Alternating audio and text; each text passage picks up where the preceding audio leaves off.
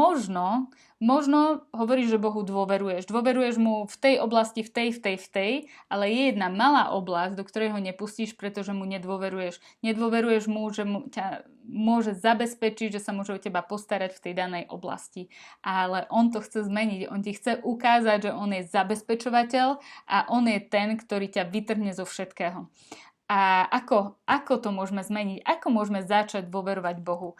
V prvom rade dôvera je veľmi naviazaná na to, ako vnímame Boha. Ak vnímam Boha ako niekoho, čo je niekde ďaleko v nebi, na obláčiku a proste je neprítomný a môj život preňho je nejaký malicherný a nepodstatný, tak nikdy mu nebudem môcť začať dôverovať, že vôbec ho zaujíma ten môj problém a príde mi ho pomôcť vyriešiť.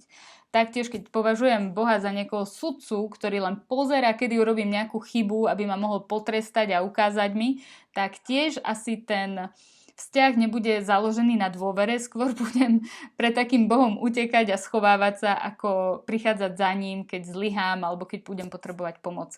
A tu je to, čo potrebujeme zmeniť. Ale ako môžem zmeniť zmýšľanie o Bohu? A chcem vám povedať, že Dávid ten mal úplne zmýšľanie o Bohu tam, kde malo byť a preto si od neho častokrát aj ja beriem príklad. V Žalme v 16. hovorí: pretože som si ťa postavil blízko ku sebe, moja dôvera v teba nikdy neochabne. A to je veľmi silné vyznanie, pretože som si ťa postavil blízko ku sebe. Čo to znamená postaviť si Boha blízko ku sebe? Znamená to, že s ním trávim čas. Keď ráno vstávam, už o ňom premýšľam, keď si idem líhať, premýšľam o ňom a nájdem si ten čas, zámerne pracujem na tom, aby som si cez ten deň našla čas na ňo, aby som ho mohla chváliť, aby som mohla hľadať jeho tvár v Biblii, aby som si mohla čítať a modliť sa. A to je zámerné. To je veľmi, veľmi dôležité, aby sme ho mohli uctievať, aby sme mohli zdať chválu aj cez to spoznávať, kto on je.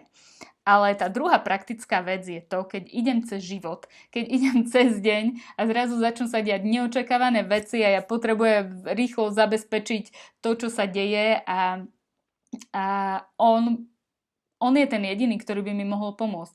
Raz sa stalo to, bola som veľmi chorá, o tom raz možno budem rozprávať.